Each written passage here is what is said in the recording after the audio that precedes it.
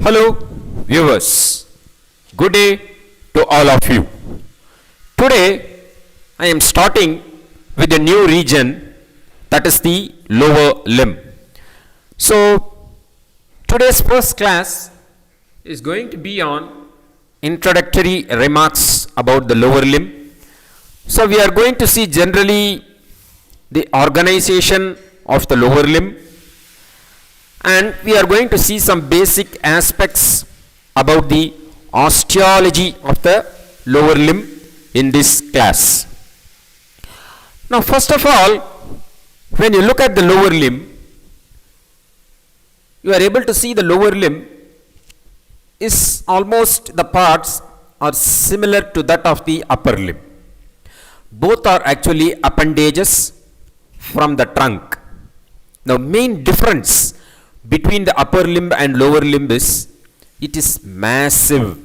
The size is actually more and enormous as compared to the upper limb. Now, why actually this massive size is because for the weight bearing. So, the humans have adopted an upright posture. Now, because of this upright posture, what happens is the forelimbs or the upper limbs are free from bearing the weight. Because of that, in addition to that, the upper limb has to perform, the lower limb also has to perform the function of the upper limb. Okay? So, we have become bipedal. We are not quadrupeds, where in lower forms it is called as the lower limb and the upper limbs are called as forelimbs and the hind limbs. Here we have gained an upright posture or an erect posture. So, because of that, the lower limbs are involved in bearing the weight of the trunk. Now, because of the upright posture, one more thing also, there is always the force of gravity acting onto our body. So, thereby what happens is the force of gravity is transmitted from the head, body, and from there to the lower limb. So, additional things when compared to the lower animals. Because in lower animals, they are quadrupeds, they are not upright. So, the center of gravity does not pass from the top to bottom of the body. So, second thing is, the lower limb is also involved in propulsion, that is to move forward in walking. So, which is actually called as the gait, the walking mechanism. Okay? And we also use lower limb not only for walking, for jumping, running and all those things. So, the bones of the lower limb are actually modified for that aspects. And the muscles are also act to perform these tasks. So, they actually contract in a phasic manner, in a phase-wise manner, thereby to propel ourselves forward. Okay? So, if you look at the size of the muscles and size of the region itself, they are more bulkier, they are more stronger, and they are organized into the following parts. So, mainly you can consider as thigh region, leg and foot. You have the thigh, the leg and the foot. Okay. Now, the thigh is actually connected to the trunk in the hip region. Okay. And the thigh is actually connected to the leg in the knee region. So, that is the transition of the connecting between the hip, knee, and same way the ankle is between the leg and the foot. So, we can tell hip, thigh, knee, leg, then you have the ankle and the foot. Now, the hip region also can be called as the gluteal region or the buttock region, which is again unique to the man, the gluteal region. So, we will see in detail about that when we come to the respective regions, the thigh, hip and all those things. Okay. So, the basic regions will be the thigh region, the leg and the foot. So between the trunk and the thigh you have the hip, and it is also attached to the trunk. The lower limb is also attached to the trunk in the form by the pelvic girdle. So a little bit we will try to understand regarding the how the lower limb or the appendages develop. The lower limb actually develops anterolaterally, so opposite the L2 to S3 segments. So you are able to see the segments. So these are all the somatomeres which are appearing, the vertebral column development, and you have also your neural tube developing into the spinal cord, and which has expanded to form the brain. And this is the head region. This is actually a pharyngeal region where your neck is going to get developed. This is your cardiac bulge where the heart is being developed. This is your upper limb and the lower limb appendages. They develop as lateral appendages anterolaterally opposite the second lumbar to third cervical segments. Now one very major change which occurs in the development of the limbs is your upper limb. What happens is it rotates anterolaterally. So the original anterior border or the preaxial border, okay, the axis will be usually an artery. What is present in front of the artery is called as the preaxial border, which goes laterally, and postaxial border comes medially. So that is why you can see your extensor muscles are concentrated more towards the lateral aspect than to the posterior aspect, and your flexor group of muscles are concentrated more to the medial aspect than towards the anterior aspect. Now when this is the case in case of the upper limb, in case of the lower limb, what happens is the limbs or the limb buds, they rotate medially 90 degrees. Okay. So because of that, what happens is the original anterior one preaxial border becomes medial and the postaxial border becomes lateral. So this is one of the reasons why the extensor muscles comes anteriorly and the flexor muscles becomes posteriorly. Okay. Whereas in case of the upper limb, you have extensors posteriorly and the flexors anteriorly. Okay. So that is one thing. So now you know the main thing what you have to remember is the upper limb, they rotate laterally, whereas the lower limb, they rotate medially. So opposite the levels L2 to S3, they develop. So naturally what happens, these are the dermatomes, the spinal nerves respectively, which will be supplied by these spinal nerves.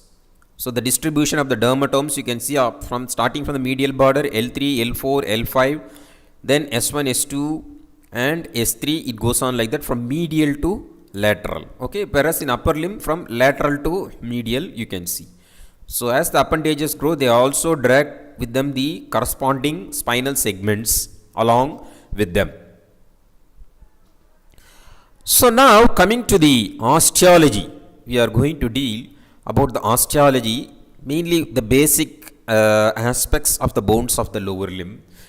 Mainly it is made up of hip bone. So here you are able to see the hip bone. The hip bone is also called as the innominate bone.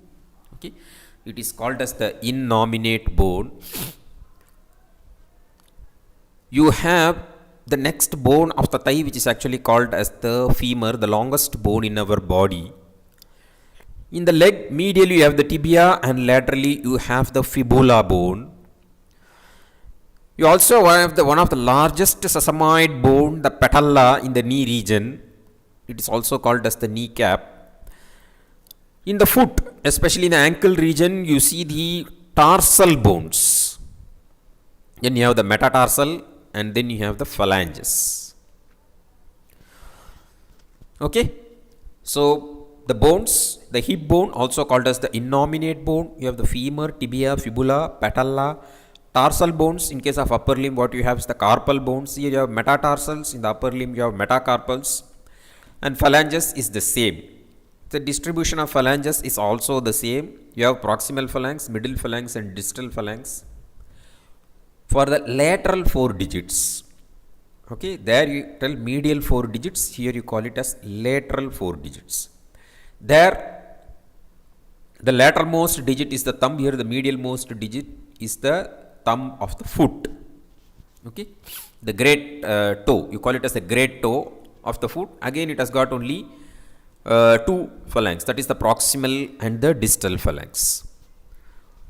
Now coming to the hip bone, the hip bone is this bone what you see here. It is made up of ilium, ischium and pubis. It is called as innominate bone and it is also irregular bone. You call it as an irregular bone, but some people refer to it as flat bone, but mostly the ilium is an example of flat bone. When the two hip bones articulate together and posteriorly the sacrum and coccyx present behind, all together they form the bony pelvis. So that means they constitute the bony wall of the pelvic cavity. So we are not going into much of the details of the bony pelvis now. We are going to concentrate mainly on the hip bone. The hip bone also forms the pelvic girdle. It is made up of, as I told you, the ilium, then you have the ischium and then you have the pubis. The ilium articulates with the ala of the sacrum forming the sacroiliac joint, and anteriorly both the pubis articulate together forming the pubic symphysis. It is an example of secondary cartilaginous joint. Okay.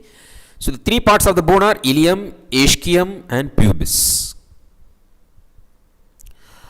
When you look at the ilium, it is the upper expanded part. The uppermost part or the superior border is actually called as the iliac crest. Okay, this is actually called as the iliac crest. The iliac crest has a ventral segment and it has got a dorsal segment. The ventral segment again has got an ventral lip, intermediate area and a dorsal lip. The dorsal segment can again be divided into an inner lip and an outer lip. So that is the iliac crest. The iliac crest also has a tubercle which is actually called as the tuberosity of iliac crest, which is different from the iliac tubercle. You have the tuberosity of the iliac crest. It has got three borders. This is actually called as the anterior border. Then you see the posterior border here, and then you see the medial border. The surfaces here you are able to see, this is actually the ventral surface or the iliac fossa. Then this is the medial surface or the sacroiliac surface. Then behind that surface is actually called as the dorsal surface or the gluteal surface. Okay. So you have the iliac fossa, you have the sacropelvic surface, and behind what you see is the gluteal surface. This is the iliac crest. I told you a rough area is actually called as the tuberosity of iliac crest. On the anterior border, what you see is the anterior superior iliac spine, and below you see the anterior inferior iliac spine. Okay, and below that it is continuous with the pubis. Anterior superior iliac spine and anterior inferior iliac spine. Anterior superior iliac spine gives attachment to a ligament which is actually called as the inguinal ligament. Anterior inferior iliac spine gives attachment to the rectus femoris muscle. Posterior border, again posteriorly the iliac crest ends in the posterior superior iliac spine, and below what you see is the posterior inferior iliac spine. So anterior border has two spines, anterior superior and anterior inferior. Posterior border has two spines, posterior superior and posterior inferior iliac spine. The medial border separates the iliac fossa from the sacropelvic surface.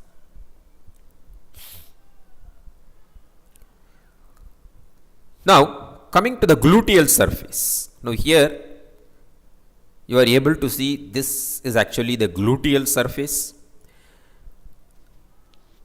If you look carefully at the gluteal surface, you will see it is marked by three regions, by three lines. That is the anterior gluteal line. Sorry, first is the posterior gluteal line, then you have the anterior gluteal line, then you have the inferior gluteal line. Posterior gluteal line starts from the upper part of this notch, which is called as the greater sciatic notch. From there it goes to the iliac crest. Then you have the anterior gluteal line going again to the tubercle of iliac crest. And then you have the inferior gluteal line going to the anterior inferior iliac spine. So these three gluteal lines is for the origin of the gluteal muscles. Behind the posterior gluteal line, gluteus maximus. Between the posterior and anterior gluteal line, what you have is the gluteus medius. And in front and between the anterior inferior gluteal line, what you have is the gluteus minimus muscles. Okay. So on the dorsal surface or the gluteal surface, you see the three gluteal lines. They are the anterior gluteal line, posterior gluteal line, and inferior gluteal line. So on the ventral or the medial surface, what you see is the iliac fossa, which is a shallow fossa, which is filled by the origin of the iliacus muscle, and more medially even the psoas major muscle comes along with it, which is in the medial aspect of the ilium. Medial surface is actually called as the sacropelvic surface, and again on the sacropelvic surface you are able to see the auricular surface. It is shaped in the form of auricle, that is why it is actually called as the auricular surface. It contains the iliac tuberosity, sacroiliac joint articulates, and it forms the wall of the pelvic cavity, this auricular surface. It is separated by the medial border. If you look at the medial border, it has got an anterior part, it has got an intermediate part, and it has got a posterior part. The posterior part actually separates the iliac fossa from the sacropelvic surface. The intermediate border and the anterior border forms a line which is actually called as the arcuate line. The arcuate line is present over the iliopubic eminence. This is between the ilium and the pubis. You see the iliopubic eminence, which is continuous with the superior border of the ramus of the pubis, called as the pecten pubis. So arcuate line and pecten pubis together will form a line which is actually called as the linea terminalis. So the linea terminalis with the anterior border of the body of sacrum and linea terminalis on the opposite side, everything forms a continuous line which is for the inlet of the pelvis, pelvic inlet. And this linea terminalis will be crossed by many structures like internal iliac vessels, ovarian vessels, and so on. The next bone, so far we have seen about the ilium, the iliac crest. This is the dorsal surface or the gluteal surface. Then we see the ventral surface of the iliac fossa, anterior border, anterior superior and anterior inferior iliac spine. Posterior border, you see the posterior superior and posterior inferior iliac spine, and then we also see the medial border. This is the pelvic surface or the auricular surface here. In front of the auricular surface, you will see preauricular sulcus. The preauricular sulcus will be very prominent in multiparous women. In front of the auricle, you have a preauricular surface which will be very prominent in multiparous women. Coming to the ischium, it is present behind and below the acetabulum. Above and in front, above and behind, you see the ilium, expanded part. Below and behind, what you see is the acetabulum. Sorry, below and behind the acetabulum, what you see is the ischium, which forms the posterior and inferior part of the hip joint. This is actually the body of the ischium. You come below, you see another expanded part which is actually called as the ischial tuberosity, and this continues as the ramus of ischium. The body of ischium actually again it is continuous with the ilium and it has three borders. The anterior border you are able to see here, this is the anterior border, and that will be the lateral border, and this will be the posterior border of the ischium. The anterior border forms the posterior border for the obturator foramen. The posterior border is actually interrupted by a spine which is actually called as the ischial spine. The ischial spine divides this border. Above the ischial spine you have a notch which is actually called as the greater sciatic notch, and below that what you see is the lesser sciatic notch. The ischial spine will receive the insertion of sacrospinous ligament. Okay. And ischial tuberosity, you have the sacrotuberous ligament converting these two notches, the greater sciatic notch and lesser sciatic notch, into greater sciatic and lesser sciatic foramen.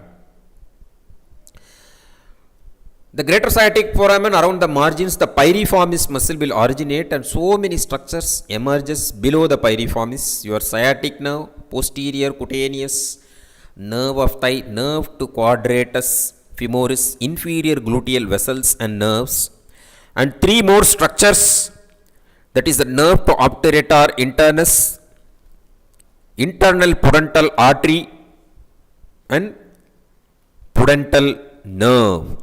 These three structures I told as the pin structures, pudendal nerve, internal pudendal artery and nerve to obturator internus, will emerge from the ischial spine, will rest on the pelvic surface, that is the medial surface of ischial spine, and then they will enter into the lesser sciatic foramen. Okay. This ramus of ischium joins with the inferior ramus of pubis, and this part is actually called as the conjoint ischiopubic rami. Okay. It is called as the conjoint ischiopubic rami. Here you are able to see the ischial tuberosity, ischial spine, body of ischium above, continuing with the ilium, ramus of ischium continuing as conjoint ischiopubic rami. The ischial tuberosity, mainly it's for the muscle attachments. It's again divided by a transverse groove into an upper part and a lower part. That is again divided by an oblique line into medial and lateral area, mainly for the muscle attachments. So you are able to see medially for the semitendinosus and the biceps femoris, and this area is for the semimembranosus. Again the lower part is again divided into medial and lateral. Medial part is covered by a bursa and lateral part is for the adductor magnus muscle. Okay, so the medial part is for the adductor magnus, lateral part, infero-laterally you have the bursa.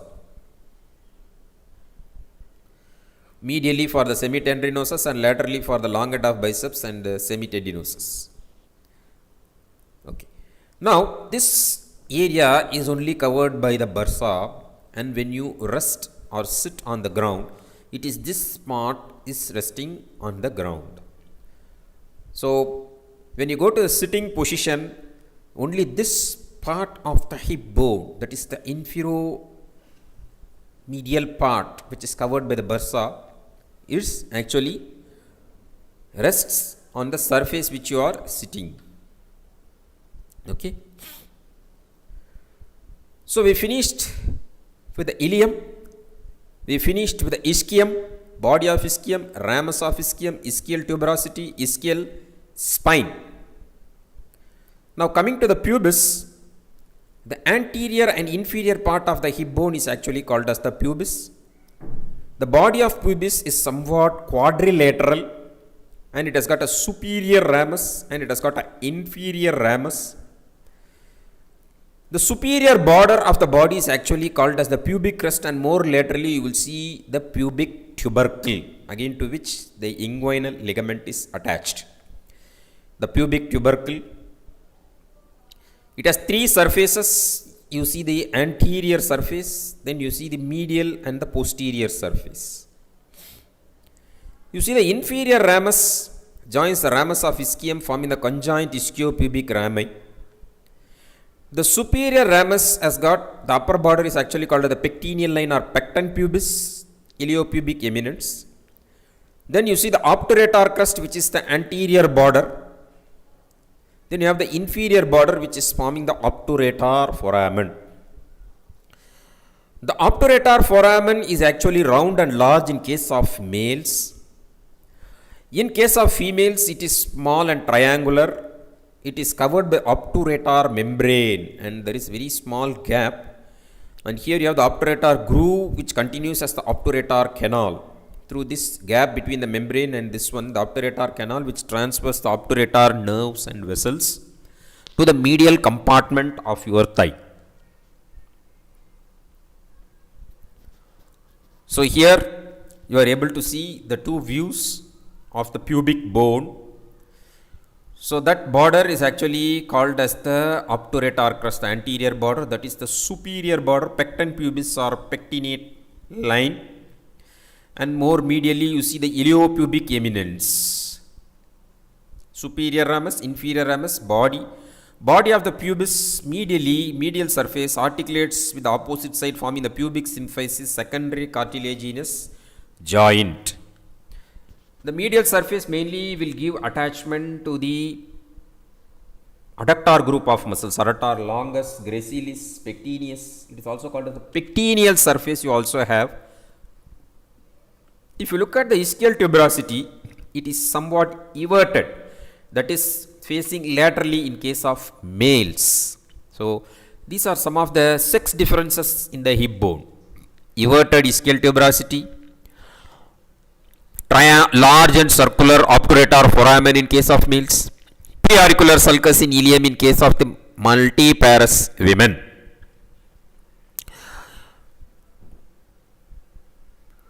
Acetabulum, it is a cup shaped cavity you are able to see here. This acetabulum gets ossified only during the time of puberty. It is joined by a Y-shaped cartilage stem, and you have the two arms. So this is the union of all the three bones are united by a Y-shaped cartilage, ilium, pubis and ischium.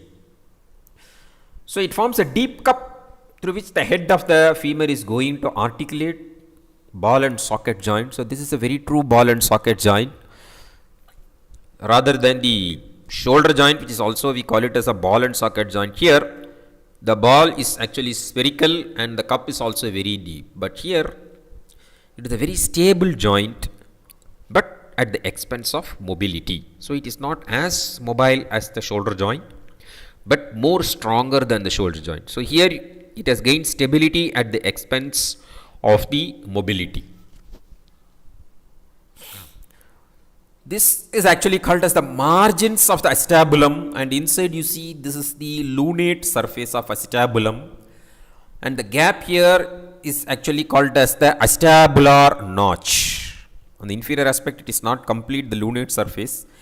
It is covered by the acetabular notch, which is again bridged by the transverse acetabular ligament. The lunate surface and transverse acetabular ligament are all covered by the hyaline cartilage. Here on the deeper surface you see the acetabular fossa, it is filled with fat, the acetabular pad of fat, and it is non-articular. Okay, so that is about the acetabulum. So we finished with the hip bone, mainly consists of ilium, ischium and pubis. All these three bones are united at the region of the acetabulum. So now we have come to the next bone, the femur or the thigh bone. So here we are able to see the longest bone or the thigh bone. It is a very classical example of long bone. So naturally it has a long shaft and two ends. Okay. So the two ends are upper end and lower end. The upper end usually bears the head. A spherical head you see here.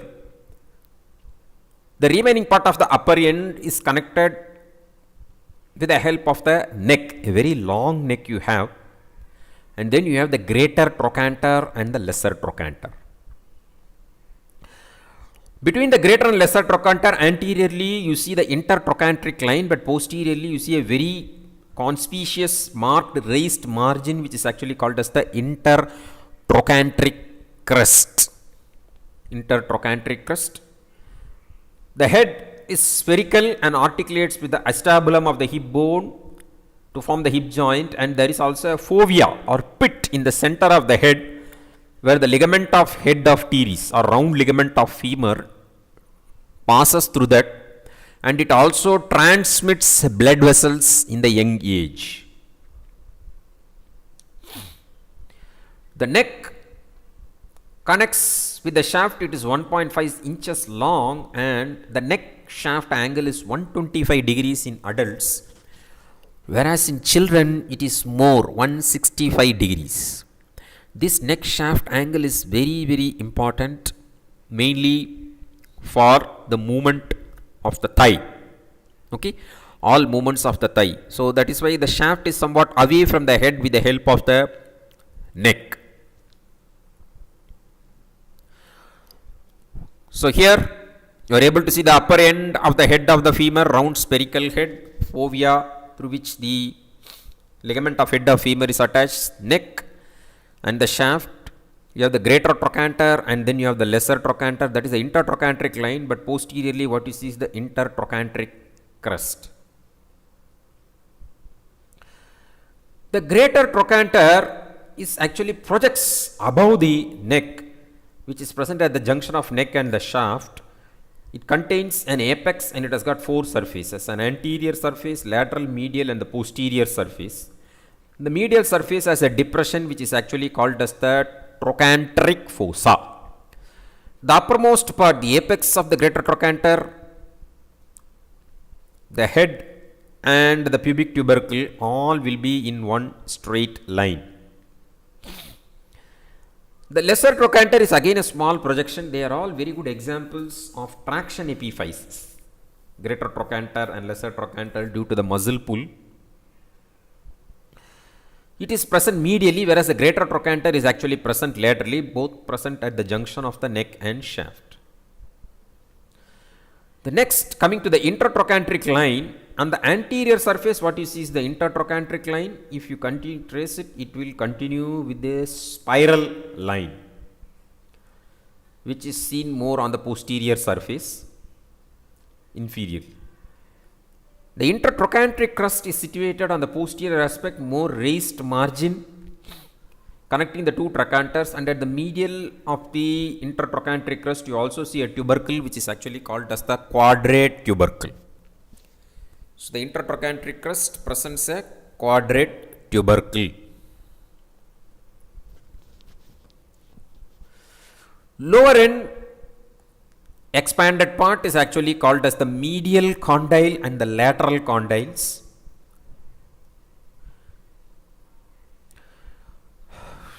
The medial condyles, if you look above the medial condyle, again you see a small tubercle which is actually called as the adductor tubercle. The adductor tubercle appears at the 9th month of intrauterine, just before birth. So it is very useful in determining certain medico-legal cases, whether the fetus, in case of dispute of the death of the fetus, whether it has an intrauterine demise or after birth, okay, whether it is a feticide. Lateral epicondyle, you are able to see above the lateral condyle, and it has a groove for the tendon of popliteus. The lateral epicondyle as a tendon, as a groove for the tendon of popliteus muscle. The anterior surface of the two condyles, you see an area for the patella. The articular surface are anterior, inferior and posterior. It is somewhat roughly V-shaped. And you look at the lateral condyle, the articular surface is more extensive as compared to the medial condyle. In between these two, you have the intercondylar area or intercondylar notch. It has surfaces, two surfaces. Again, it gives attachment to certain ligaments, mainly the cruciate ligaments. The anterior cruciate ligament and the posterior cruciate ligament arises from the medial surface and the lateral surface of the intercondylar areas. This is called as the intercondylar notch or intercondylar fossa.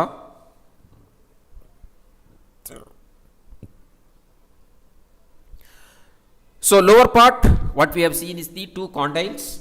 Above that you have the epicondyles. Above the medial epicondyle you also see the adductor tubercle. Lateral epicondyle bears a groove for the popliteus muscle. Coming to the shaft of the femur, very long shaft, it has got three borders: medial border, lateral border and a posterior border. Three borders. The posterior border again can also be called as the linea aspera. Surfaces are, this is the anterior surface. Then you have the medial surface, which is present between the medial border and the posterior border. Then you have the lateral surface, which is present between the lateral border and the posterior border. In the middle 1/3, you see the posterior border is very prominent and it is called as the linea aspera. Again, it has got a medial lip, lateral lip and an intermediate area. If you trace the medial and lateral lip, they are continuous with the medial and lateral supracondylar ridge or supracondylar line. The medial lateral intercondylar lip also gives attachment to many structures: vastus medialis medially, vastus lateralis laterally, and also biceps laterally. Intermediate area also gives attachment. Apart from that, these medial and lateral lip of intercondylar area also gives attachment to the intermuscular septum. So we will see about the intermuscular septum while we deal with the thigh. The lower surface of the shaft, because of the divergence of this, bears four surfaces. The posterior surface is actually called as the popliteal surface. Then you have the medial, lateral and the anterior surface. The popliteal surface is mainly for the popliteus muscle. So four surfaces at the lower end of the femur. So the shaft has got three borders and three surfaces. The most common sites, kindly excuse for the spelling mistake, it is actually written as sits, it is not sits, S-I-T-E-S, sites. In old age, neck of the fracture of femur. So fracture of femoral neck is very common in old age because of osteoporosis. Whereas in young age, the shaft of the femur at the junction of the upper 2/3 and lower 1/3, it is very common. Different types of fractures of femur you are able to see here, from simple fracture to compound multiple fractures. The bone fragment is actually divided into many. In young age, fracture of neck of femur might lead to avascular necrosis because the blood supply is interrupted to the head of the femur, because all the blood vessels pass through the neck.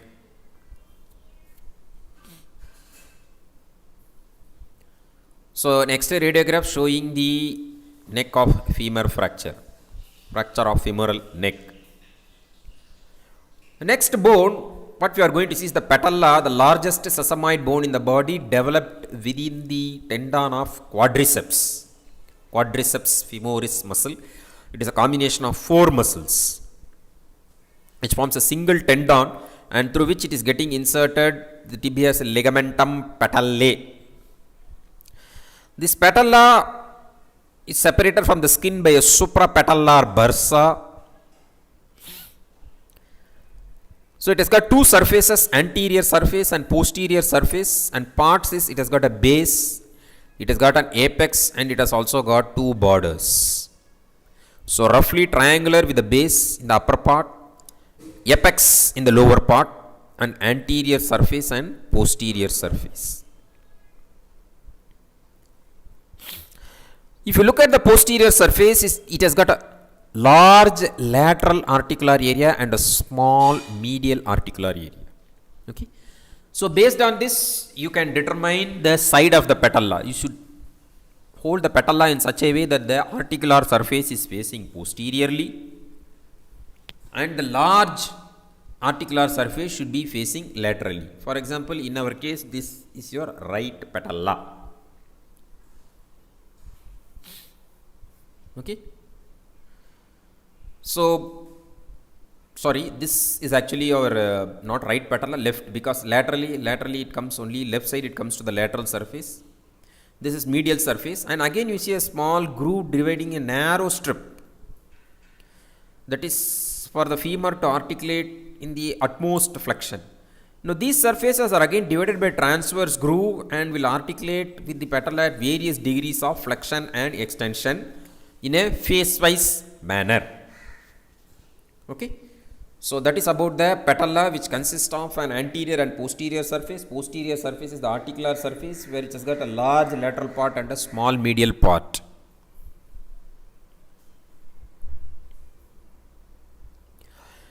So next, coming to the bones of the leg, you have the medial bone, which is called as the tibia, and the lateral bone, which is actually called as the fibula.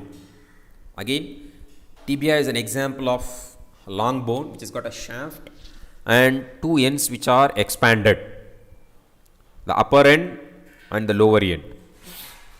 The upper end presents two condyles, they are the medial and the lateral condyles, and anteriorly you see a tuberosity, which is actually called as the tibial tuberosity, to which the quadriceps tendon gets inserted. Okay, so gives attachment to the ligamentum patellae. So the tendon gets attached in the form of ligamentum patellae, which I have already seen in the previous slide. The lateral condyle, you are able to see, it gives a facet for the upper end of the fibula, the superior tibiofibular joint. The medial condyle will have a groove for the semimembranosus muscle. You are able to see the articulated knee with the patella, posterior surface articular. This is the articular surface of femur. How the tibia, the medial condyle of tibia and the lateral condyle, which is hidden from your view, articulates with it. The articular surface of the condyles of the femur you are able to see. And that is on the lateral condyle you see the articulation for the fibula, head of the fibula forming the superior tibiofibular joint. This is the tibial tuberosity for which the ligamentum patellae will articulate.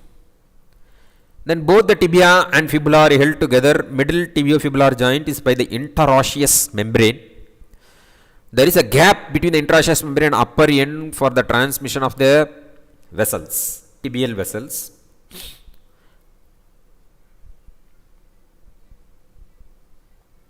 If you look at the superior view of the condyles of the tibia, you are able to see that is the lateral condyle and that is the medial condyle. The lateral condyle is large and circular, whereas the medial condyle is somewhat oval. They are smooth for articulation of the corresponding condyles of the femur. Between these you have the intercondylar area, and the medial margin you are able to see of the lateral condyle and the lateral margin of the medial condyle are raised, and you have the intercondylar area which gives attachment to so many structures. Mainly it gives attachment to the anterior and posterior cruciate ligaments and the limbs or horns of the menisci, that is the medial menisci and lateral menisci. So all these things again we will be discussing in the knee joint. So this raised margin is actually called as the intercondylar eminence, which gives attachment to the structures which I have mentioned above from anterior to posterior. So these are the attachment of structures. You see that is the lateral meniscus and the medial meniscus, and the attachment of the cruciate ligaments. Lower end presents a projection which is actually called as the medial malleolus.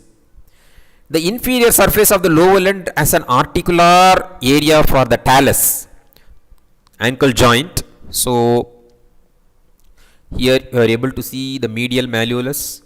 It has an articular area facet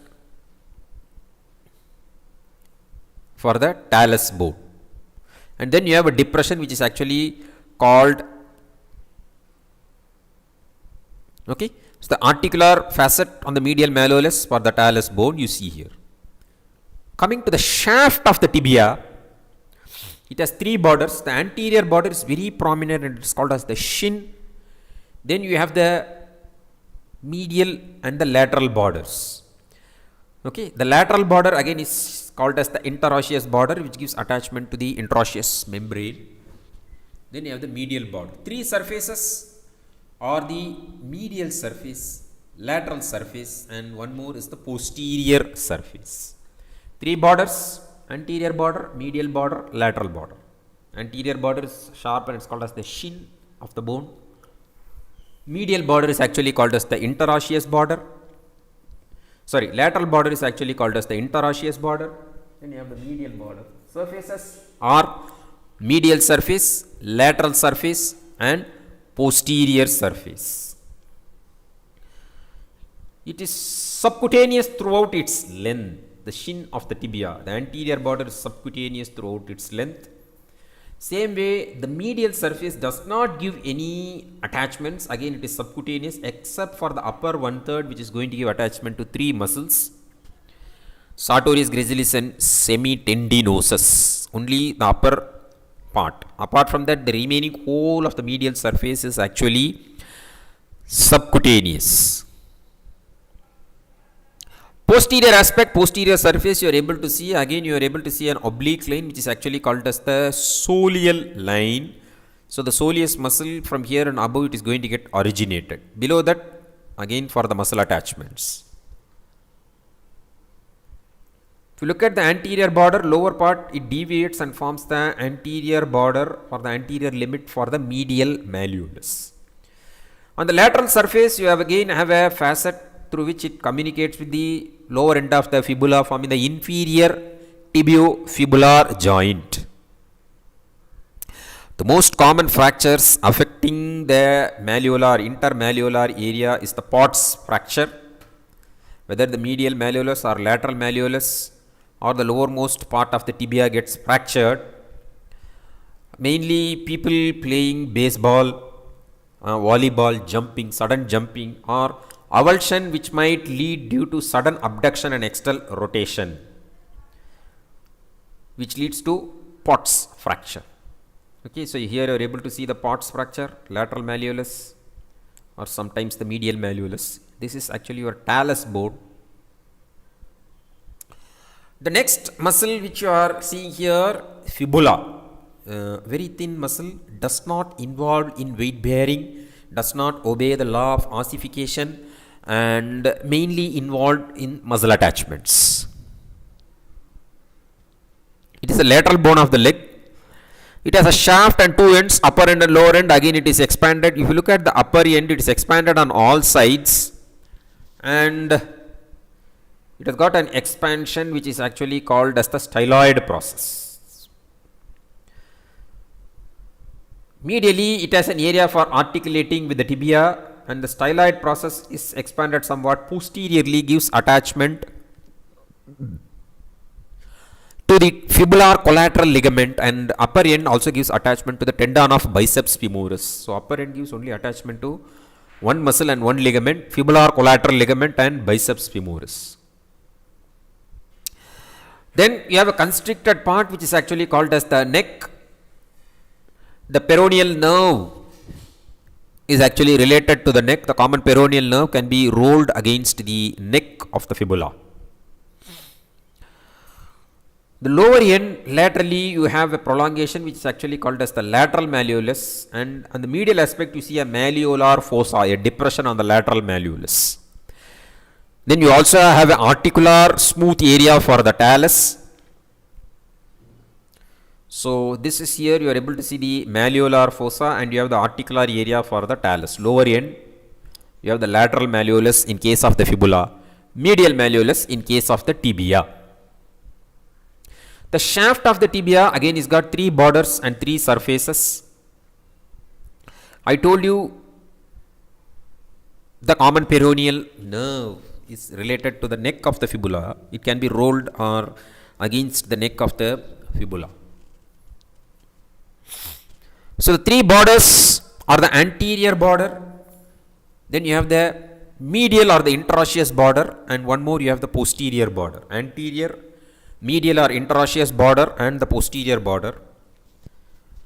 You have three surfaces: the anterior surface, then you have the lateral and the posterior surface.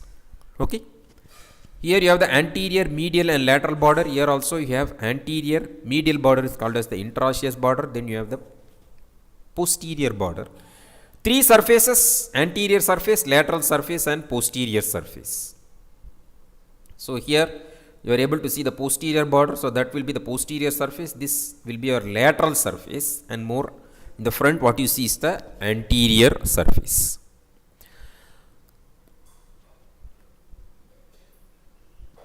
Bones of the foot, 7 tarsal bones you see here. Talus, the largest tarsal bone is the calcaneum. Then you have the navicular medially below the talus.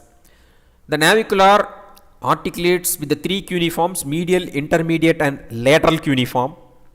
More laterally you see the cuboid bone. So talus, calcaneum, navicular, cuboid, medial, intermediate and lateral cuneiforms. These are the metatarsals and these are the phalanges. Your big toe has only 2 phalanges like your thumb. The remaining 3 has 3 phalanges: proximal, middle and distal phalanx. Okay. So the 7 tarsal bones are here. The talus is responsible for the formation of the ankle joint. So it articulates with the lower end of the tibia, and also here medially you have this surface for the articulation with the medial malleolus, and here for the lateral malleolus of the fibula. So it is involved in the formation of the ankle joint. You call it as the trochlear surface of the talus bone. Calcaneum presents on its medial aspect sustentacular tali and tubercles. So here you are able to see that is the medial tubercle of calcaneum, and here you are able to see the sustentaculum tali projecting medially. Laterally what you see is the lateral tubercle. Now the calcaneum extends somewhat posteriorly, mainly for the attachments of the calf muscles and also for mainly your weight bearing and propulsion. So lateral aspect of calcaneum, you see the lateral tubercle of the calcaneum.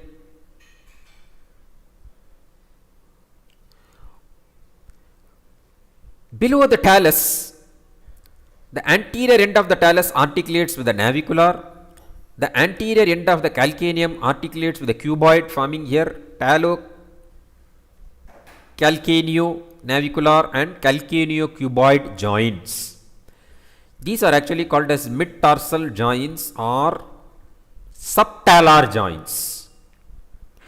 The subtalar joints are mainly involved in the inversion and eversion movements of the foot. Okay. In the ankle joint, the plantar flexion and dorsiflexion of the foot takes place, but in the subtalar joints, so that is the talo-navicular, talo-calcaneal or talo-calcaneo-navicular and calcaneo-cuboid joints are the subtalar joints. Okay. So sometimes forced dorsiflexion, neck of the talus might get fractured. In that case, if the arteries to the body of talus go through the neck, then avascular necrosis also takes place. Same like what we have seen in the fractures of the neck of the femur. So with this, I am completing the introduction to the lower limb and also some basic aspects of the osteology of the lower limb.